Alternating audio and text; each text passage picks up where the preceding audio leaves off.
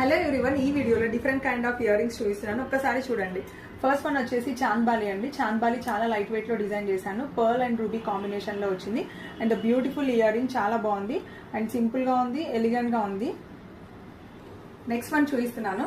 And ఇది వచ్చేసి long length ఉందన్నమాట, చాలా హెవీగా ఉంది, లాంగ్ లెంత్ ఉంది అండ్ బ్యూటిఫుల్ వన్ అండి, ఎక్సలెంట్ గా ఉంది.